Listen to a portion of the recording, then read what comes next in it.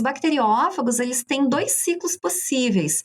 Eles podem ser bacteriófagos que são líticos ou virulentos, né, um sinônimo, que são aqueles bacteriófagos que, uma vez que adsorvem na superfície da bactéria, ou seja, uma vez que eles se ligam à bactéria alvo dele, ele introduz, então, os seus ácidos nucleicos no interior da célula bacteriana, ele vai produzir novas partículas víricas, né, utilizando, então, essa maquinaria da célula bacteriana, ele vai, então, produzir esses novos vírions, essas novas partículas víricas, e elas vão ser liberadas, ou seja, elas vão romper a parede, a célula bacteriana, e vão, então, em busca de uma nova bactéria-alvo para replicar, então, esse ciclo, é o que a gente chama de ciclo lítico. Esses são os bacteriófagos líticos e aqueles que a gente deseja para usar nos produtos voltados, então, à parte veterinária.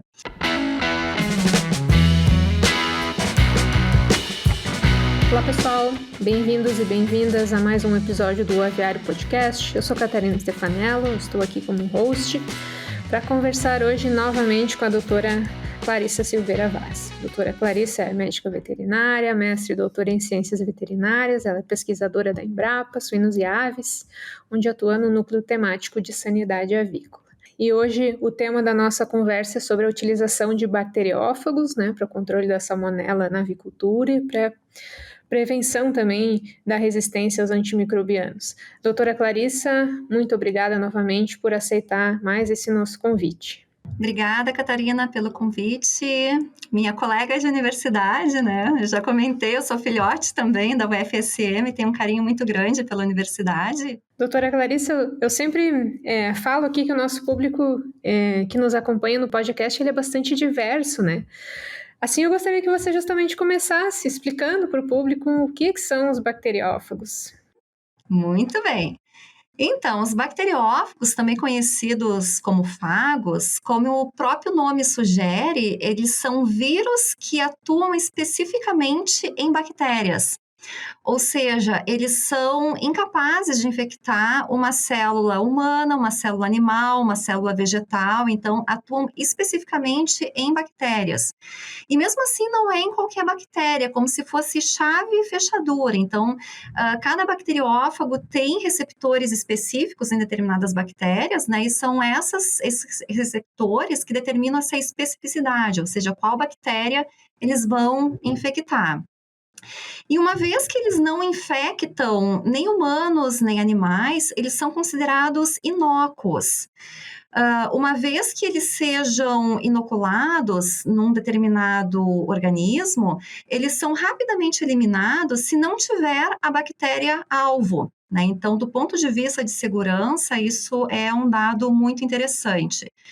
E outra característica que nos atrai nos bacteriófagos é que eles são autorreplicantes, ou seja, no momento que a gente aplicou uma dose de bacteriófagos e existe a bactéria alvo para esses bacteriófagos, eles são capazes então de absorver, ou seja, de se ligar a essa bactéria, promover então a sua replicação, né, romper essa bactéria e ir em busca de novas bactérias-alvo, então por isso a gente chama, são autorreplicantes, então em teoria a gente não precisaria dar uma outra dose, a partir daquela dose inicial eles conseguem se autorreplicar enquanto tiver o organismo-alvo, no caso a bactéria específica, certo?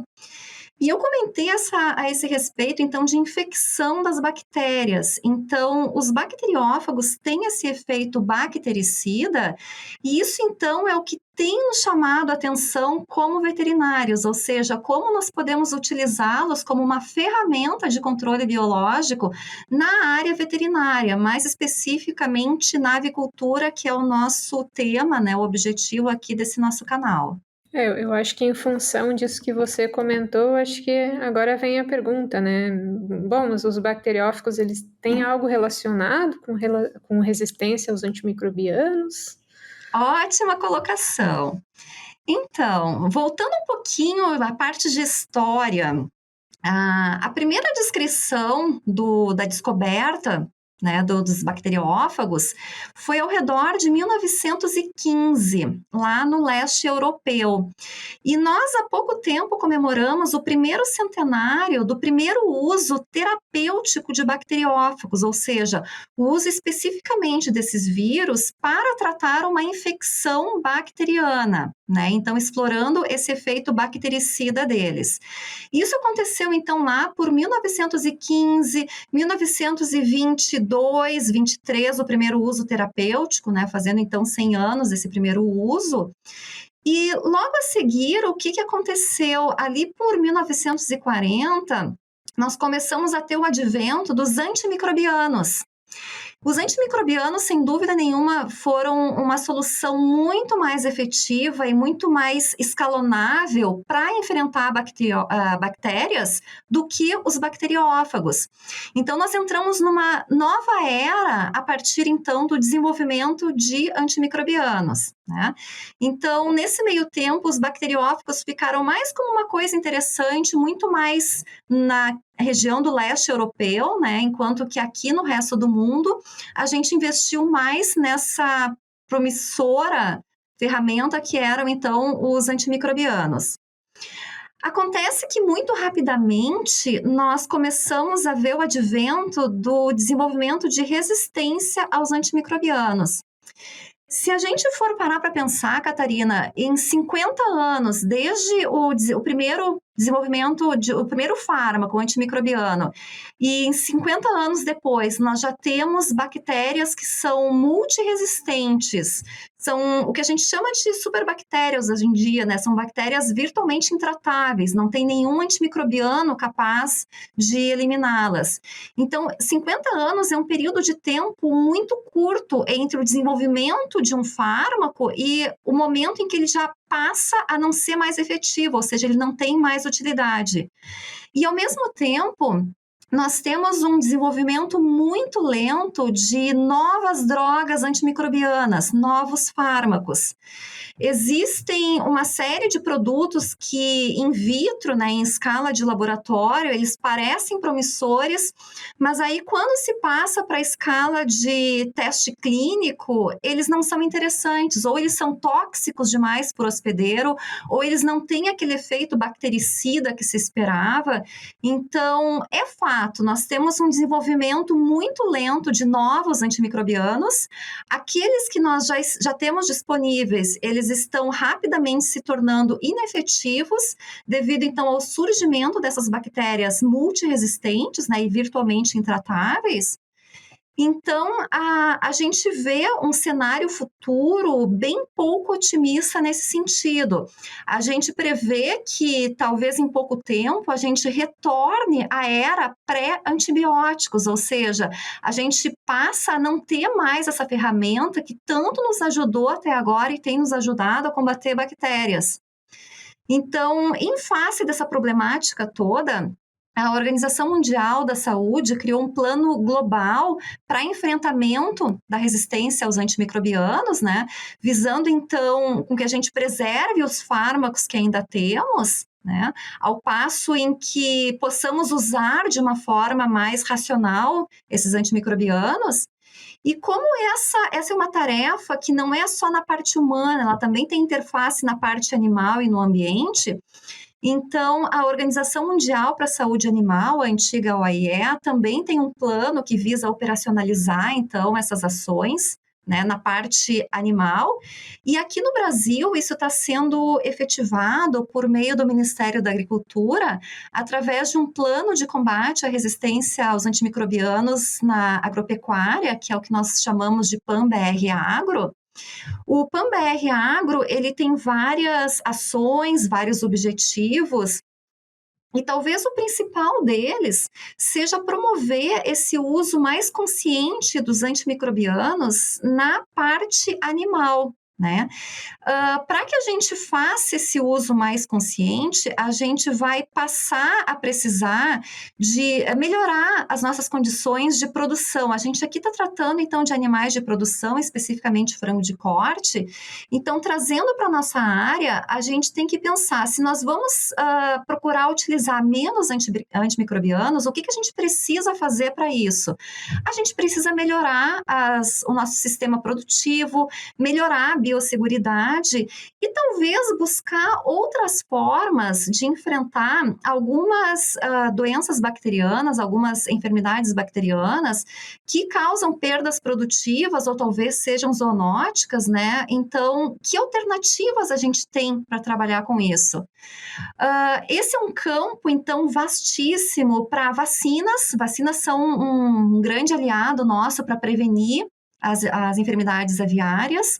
É um campo enorme para probióticos, prebióticos, fitogênicos. Aqui entram todos os compostos de origem vegetal, óleos essenciais, um campo vasto também para ácidos orgânicos, e é muito provavelmente onde nós temos um nicho de atuação dos bacteriófagos por causa dessa ação bactericida que a gente comentou no início do nosso papo.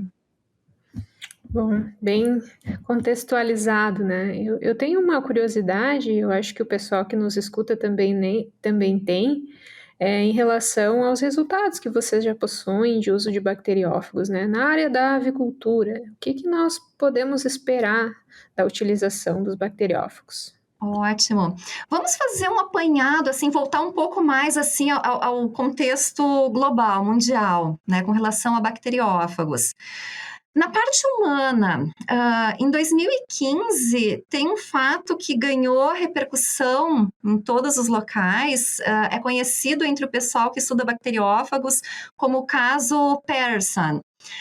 Tom Patterson é um americano, professor da Universidade da Califórnia, e em 2015 ele estava viajando com a esposa e ele contraiu uma infecção bacteriana, foi por Acinetobacter, e ele voltou aos Estados Unidos, então, com essa infecção, e ela se mostrou muito problemática, porque esse Acinetobacter era exatamente aquilo que a gente chama de superbactérias. É uma bactéria super resistente, não respondia a nenhum dos fármacos, nenhum dos antimicrobianos com que ele estava sendo tratado, e isso em nível hospitalar. Então, a condição de saúde desse paciente, ela foi gradativamente piorando, e a esposa do Tom Patterson é uma professora também da mesma universidade, e ela, muito curiosa, começou a pesquisar e ver o que podemos fazer. Não há antibiótico que seja efetivo contra essa bactéria. E ela acabou descobrindo, então, a terapia com bacteriófagos contra esse Acinetobacter. Então, assim, de uma forma totalmente experimental e com a anuência, então, do corpo médico, eles entraram em contato com uma universidade no Texas que tinha um banco de bacteriófagos, e por meio dessa universidade eles entraram em contato com outras instituições fora dos Estados Unidos que também tinham bancos de bacteriófagos, né? Ou seja, uma série de bacteriófagos estocados nos seus freezers.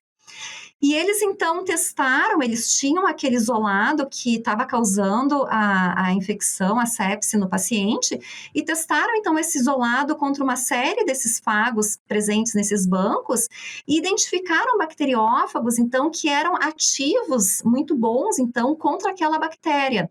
Eles formaram, então, um coquetel com 4 desses fagos e enviaram, então, para o hospital onde ele estava internado. Então, com anuência médica, porque não era uma terapia aceita ainda para uso em humanos, ele se tornou o primeiro paciente a receber, então, o tratamento via endovenosa de bacteriófagos na América do Norte. E isso, então, criou toda uma curiosidade mundial a respeito do uso desses bacteriófagos como um auxiliar, talvez nessa luta que a gente está enfrentando com relação à resistência aos antimicrobianos, né? E aí, vindo à tua pergunta, assim, o que a gente pode esperar, resultados, o que a gente pode ver na área veterinária, mais especificamente na avicultura? Os fagos, os bacteriófagos, eles podem substituir o uso terapêutico de antimicrobianos? Muito provavelmente não. É interessante que eles sempre vão ser uma ferramenta que a gente tem ali como uma arma bactericida, né, capaz de atacar bactérias de uma forma um pouco parecida com o que os antimicrobianos fazem, mas substituir o uso terapêutico dos antimicrobianos, provavelmente não. O que a gente vislumbra na avicultura é o enfrentamento daquelas situações, principalmente bactérias intestinais, em que tu precisa reduzir a colonização intestinal dessa bactéria e também da excreção fecal dessa bactéria. Então, eles caem como uma luva para o enfrentamento de salmoneloses aviárias, que já foi tema aqui do nosso bate-papo nesse canal. Não por coincidência, mundialmente, inclusive no Brasil, há uma série de produtos à base de bacteriófagos voltados, então, ao enfrentamento de salmoneloses aviárias. É interessante que esses produtos, eles são voltados para salmonelas paratíficas, né? Geralmente salmonella enteritidis, tifimurium, alguma daquelas que são não adaptadas às aves, porque as adaptadas, salmonella gallinarum e pyllorum, a gente procura trabalhar com a erradicação delas, né? Então, a gente não propõe o uso de um produto, seja fármaco ou qualquer outro que seja, para tratar, então, uma salmonelose por gallinarum ou pyllorum. Mas para essas paratíficas é uma ferramenta muito promissora, pensando então nessas duas características, reduzir a colonização intestinal dessas salmonelas na ave e reduzir a excreção fecal. Lembrando que a gente já comentou aqui no episódio anterior, né, o quanto que essas salmonelas paratíficas, enteritidis, tifimurium e suas amigas, são hábeis, né, em serem excretadas pelas fezes, pelas excretas das aves. Então, aí é que a gente observa esse potencial para o uso dos bacteriófagos. Eu queria aproveitar, né, todo esse teu conhecimento para perguntar também quais são as características desejáveis de um bacteriófago, né, para ser utilizado na área da avicultura, na área veterinária. O que ele precisa ter para atender esse objetivo? Excelente. Então, tu falaste muito bem. Não é todo bacteriófago que vai ter potencial para uso, então, na veterinária ou na avicultura ou em qualquer outro campo da veterinária. Inicialmente, a gente tem que pensar na característica biológica desses bacteriófagos. Quem é da parte veterinária vai lembrar lá das aulas de microbiologia que os bacteriófagos, eles têm 2 ciclos possíveis. Eles podem ser bacteriófagos que são líticos ou virulentos, né, um sinônimo, que são aqueles bacteriófagos que, uma vez que adsorvem na superfície da bactéria, ou seja, uma vez que eles se ligam à bactéria alvo dele, ele introduz, então, os seus ácidos nucleicos no interior da célula bacteriana, ele vai produzir novas partículas víricas, né, utilizando, então, essa maquinaria da célula bacteriana, ele vai, então, produzir esses novos vírions, essas novas partículas víricas, e elas vão ser liberadas, ou seja, elas vão romper a parede, a célula bacteriana, e vão, então, em busca de uma nova bactéria-alvo para replicar, então, esse ciclo, é o que a gente chama de ciclo lítico. Esses são os bacteriófagos líticos e aqueles que a gente deseja para usar nos produtos voltados, então, à parte veterinária. Tem uma outra categoria de bacteriófagos que a gente chama de bacteriófagos temperados ou os lisogênicos.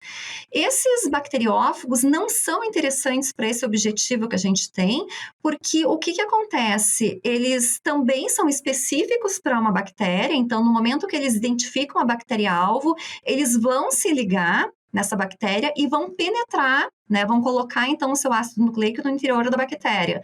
Só que em vez de eles produzirem novas partículas víricas, romperem a bactéria e darem continuidade a esse ciclo, eles vão então se integrar no genoma da bactéria e vão ficar ali num estado latente.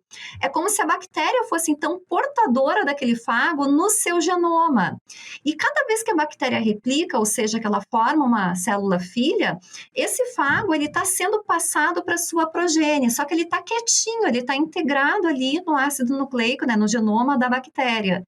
Então, ele não está fazendo aquele papel que a gente deseja, que é o papel bactericida. E ainda é possível que esse bacteriófago, eventualmente, ele tenha algum gene de resistência a antimicrobianos carregado ali no seu genoma, e ele está levando isso para a bactéria, e de repente ele está conferindo uma característica indesejada para a bactéria, que é uma característica de resistência ao antimicrobiano. Então, faz parte do controle de qualidade dos produtos que utilizam bacteriófagos, é que sejam fagos estritamente líticos. Como é que a gente define isso? A gente faz uma série de estudos laboratoriais, né, in vitro, para definir, e também nós sequenciamos completamente o genoma desses fagos, né? Então, ali a gente tem certeza de que ele não carrega esses genes que estão envolvidos, então, com a codificação dessas enzimas que levam à integração do genoma da bactéria, que é o que a gente não deseja. Então, essa é uma das primeiras características desejáveis, então, num fago para uso na área veterinária, né? A gente também pode comentar sistemas de entrega. Então, a gente tem que pensar que esses fagos, eles têm que ser adaptados a algum sistema de entrega que a gente vai usar para colocar na ave. Como a gente está, talvez, focando em enfermidades intestinais, no caso aqui de salmoneloses, então, a via oral é muito interessante. Então, a gente tem que achar formas de entregar esses fagos no sítio-alvo. Então, esses fagos, eles precisam resistir a essa passagem, então, pelo papo, pelo estômago, que são áreas, né, são regiões anatômicas da ave que têm um pH naturalmente baixo, então ele tende a reduzir a viabilidade desses fagos, e a gente quer que eles cheguem até o intestino, particularmente no ceco, que é um local de eleição para colonização das salmonelas na ave, então eles precisam chegar lá viáveis, então a gente precisa achar fagos que sejam capazes de fazer, então, esse caminho, né, sem perder a sua viabilidade.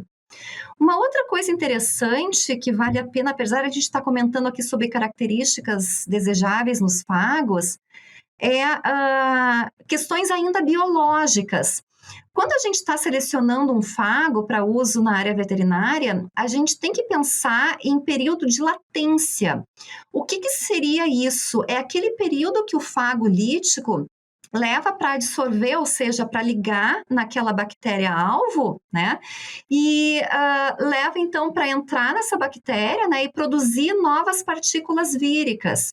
Então, quanto mais curto for esse tempo, melhor. Por quê? Porque o fago, ele vai ser mais eficiente e ele vai deixar menos tempo para que a bactéria se adapte e desenvolva mecanismos de evadir desse ataque dos fagos.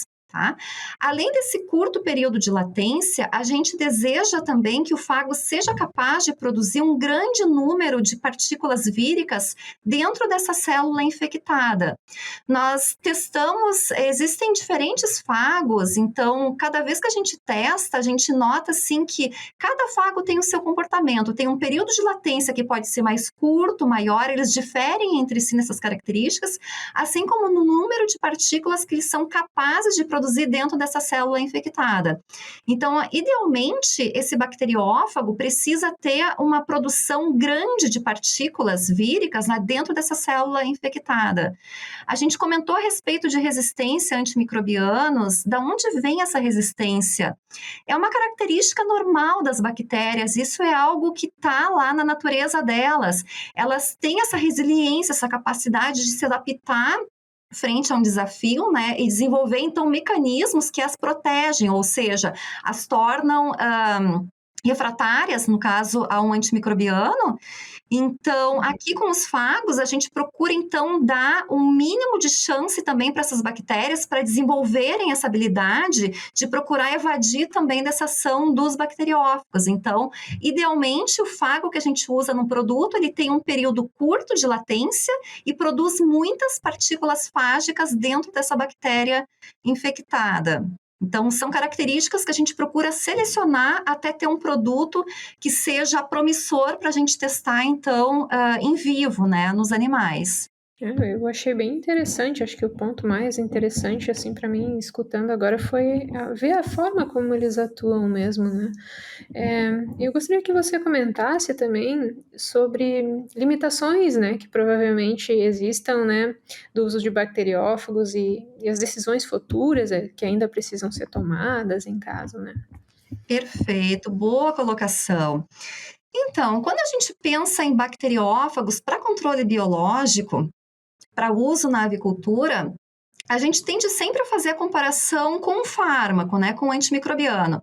E aí a gente pensa em farmacocinética e farmacodinâmica, ou seja, isso é muito difícil de predizer para bacteriófagos, porque diferente de um antimicrobiano, que é uma molécula quimicamente definida, a gente sabe, consegue estabelecer muito bem o quanto que a gente precisa administrar daquele produto para que ele atinja o sítio-alvo, né, no hospedeiro, ou no caso no animal que está sendo tratado, e em quanto que daquele produto é necessário, então, para inativar aquela bactéria.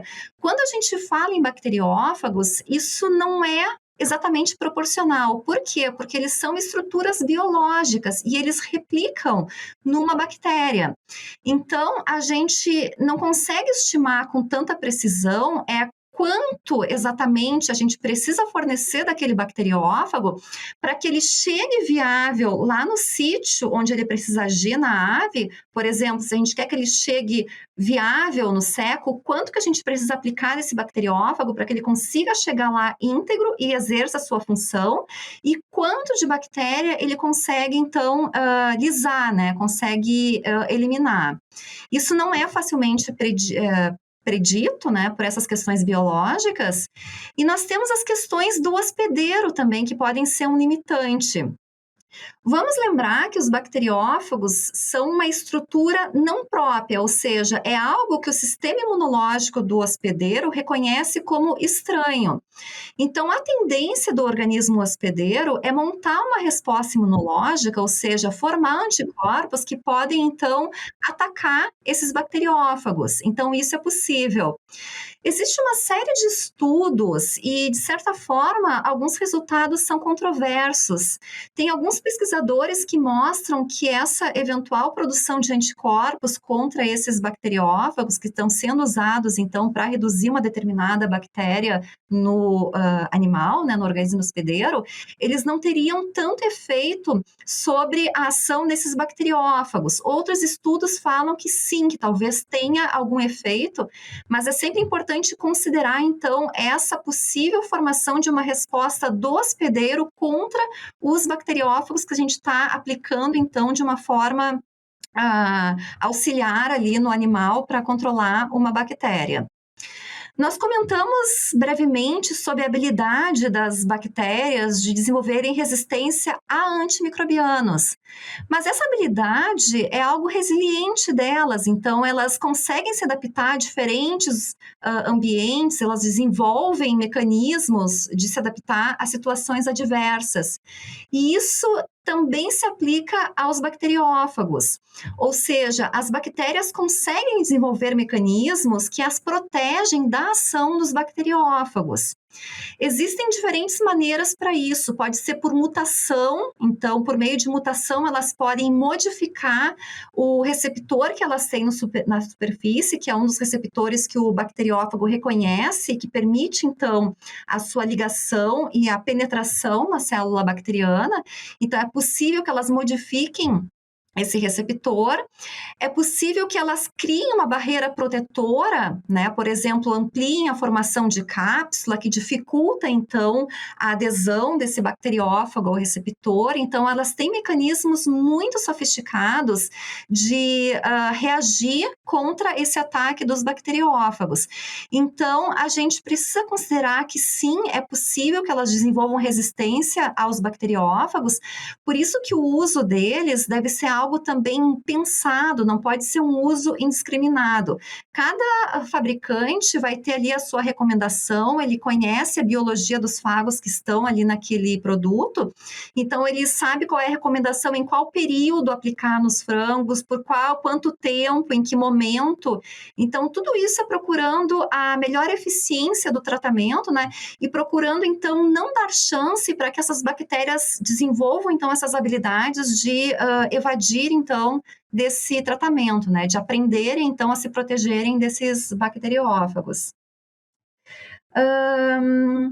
Um outro dado interessante, a gente, quando está trabalhando com bactérias gram-negativas, que é o caso de salmonelas, as bactérias gram-negativas, elas têm uma camada externa, uma parede celular muito rica em lipopolissacarídeos, os LPS. Esses LPS, eles podem causar choque séptico, né? Elas são uma toxina para o organismo hospedeiro se elas estiverem presentes em grande quantidade. Então, nós temos que pensar que a ação desses bacteriófagos sobre essas bactérias, idealmente, ela deve ser uma ação gradativa. Não é desejável que esses bacteriófagos lisem um volume muito grande dessas bactérias todas ao mesmo tempo, porque, em teoria, a gente teria uma liberação muito grande ali desse LPS, né? E isso pode causar, então, uma reação adversa no hospedeiro.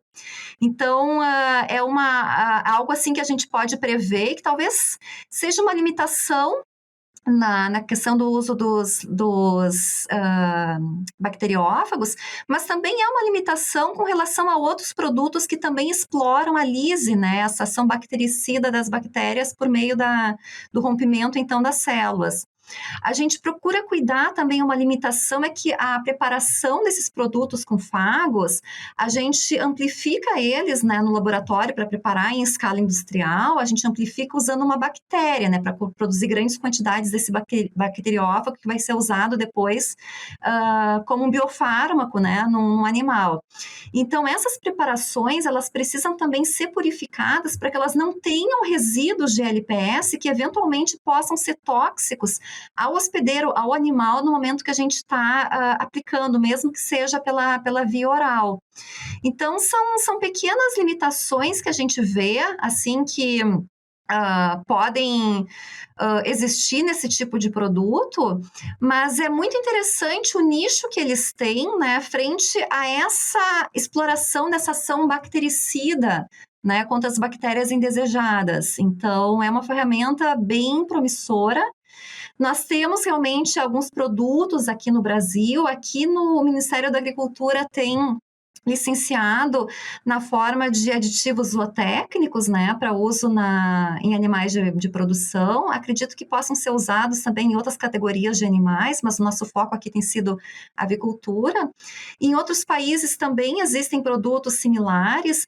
Nos Estados Unidos, eles são conhecidos como GRAS, né, que são reconhecidos como seguros para uso, né, mas mais nessa parte animal, né, na parte humana ainda tem muitas restrições, assim, nos outros países, e, na verdade, foge um pouco do escopo aqui da nossa conversa, mas pela inserção desses produtos, tanto no Brasil quanto em outros países, né, então, para uso na área avícola, a gente percebe que é um nicho interessante, principalmente nesse contexto que a gente precisa achar ferramentas que nos auxiliem a produção animal, né, especialmente a produção intensiva, que é o caso da avicultura de corte, num cenário em que a gente vai precisar usar medidas que reduzam, então, o uso de antimicrobianos, seja para melhoradora de desempenho, né, seja profilático, né, mas o uso terapêutico, ele sempre vai ser necessário. Enfim, eu acredito que era essa a principal pergunta, não sei o que mais eu poderia acrescentar. Acho que ficou bem didático novamente, ficou bem explicado. Eu estou bem satisfeita com muitas dessas novas informações, né, que nós tivemos, principalmente nesse último tópico. Para finalizar, doutora Clarice, eu quero te agradecer novamente pela sua presença, pelo seu tempo, pela sua colaboração com o podcast. Obrigada mais uma vez. E agradeço a todos que nos acompanharam também. Obrigada a todos pela companhia. Quem tiver dúvidas, informações, pode entrar em contato com a gente sempre responde bem rápido. E vai ser um prazer conversar com vocês. Um abraço e até o próximo encontro.